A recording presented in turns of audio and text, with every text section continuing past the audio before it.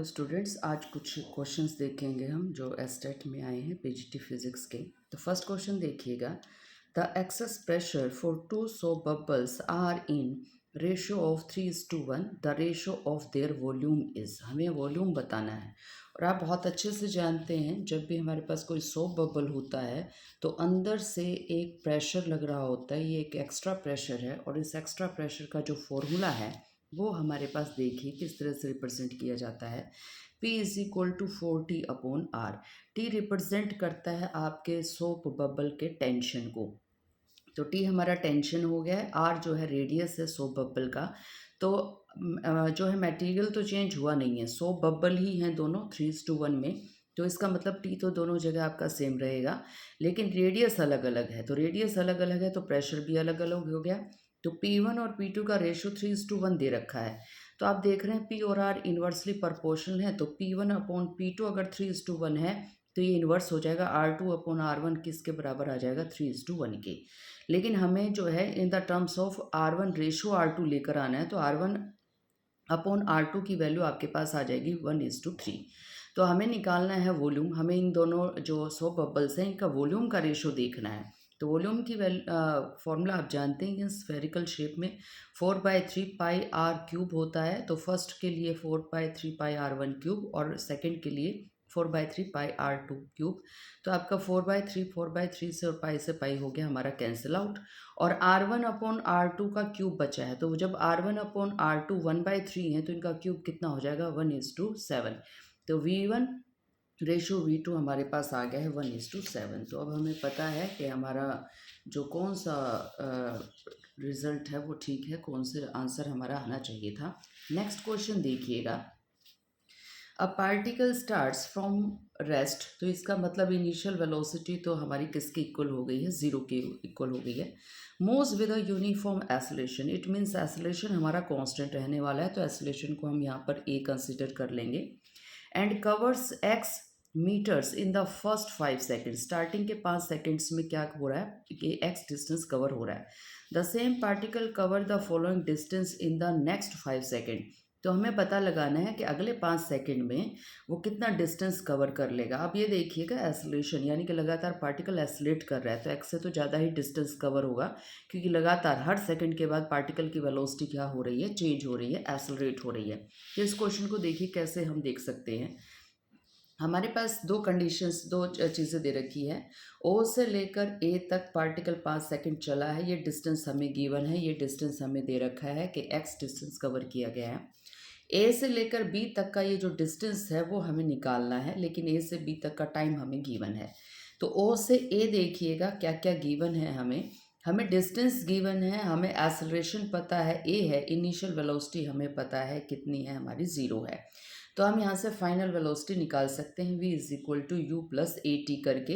तो t की value हमारी 5 है, a की वैल्यू a ही है और u इज इक्वल टू 0। तो v is equal to 5a हमारे पास आ जाएगा।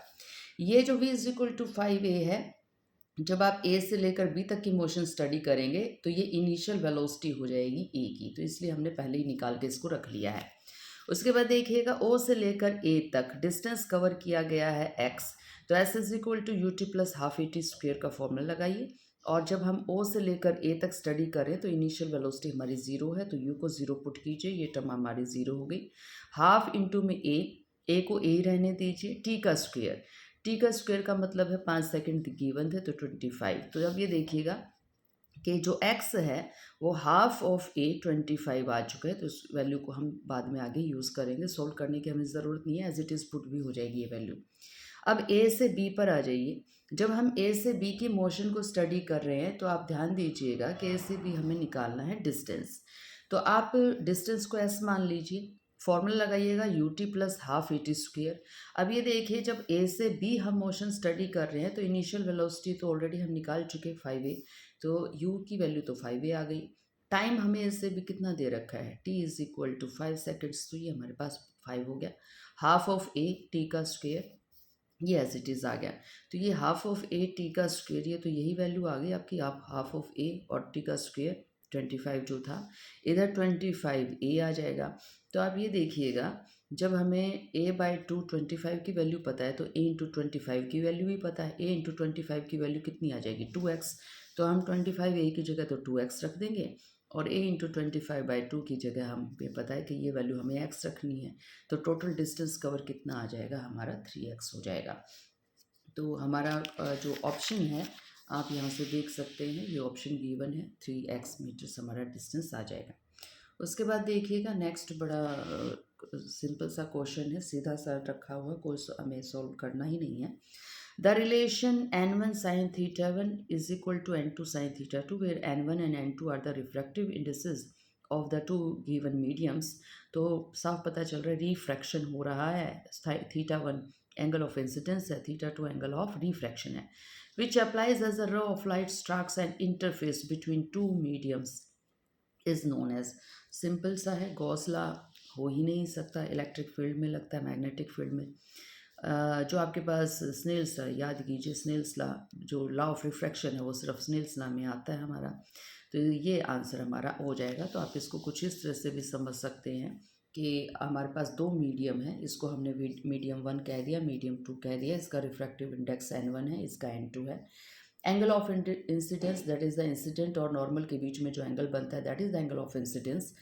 और अगर हम ये कंसिडर कर लें कि n2 is greater than n1 तो आपको पता है रे को सीधा जाना चाहिए था लेकिन टूवर्ड्स द नॉर्मल आ जाएगी and this is your normal. तो ये आपका एंगल ऑफ रिफ्रैक्शन हो जाएगा, रिफ्रैक्टिव रे और नॉर्मल के बीच का एंगल। अब इसको याद करने का बड़ा सिंपल सा तरीका है, उसी साइड का रिफ्रैक्टिव इंडेक्स लीजिए जिस साइड का आप एंगल ले रहे हैं। मान लीजिए कि मेरा यहाँ पर θ2 होता और ये मेरा n2 होता, तो n2 टाइम्स ऑफ साइन θ2 लिया जाता। मान लीजिए ये n3 होता, ये एंगल θ3 होता, तो इसको हम लेते is equal to 9n3 into में साइन ऑफ θ3। तो अगर हमारे पास 3 या 4 रिफ्रैक्शन फिनोमिना हो भी रहे हैं तो आप उसी तरफ का एंगल और उसी तरफ का क्या ले लीजिएगा, रिफ्रैक्टिव इंडेक्स ले लीजिएगा। तो देखिएगा n1 के साथ θ1 है इस साइड फर्स्ट मीडियम के अंदर, तो n1 इंटू साइन θ1 लिया गया है। n2 के साइड जो है आपका एंगल θ2 है, तो n2 इंटू साइन θ2 लिया गया है। हम जानते हैं angle of incidence upon angle of refraction, तो हमारे पास n2 अपॉन n1 आ जाएगा।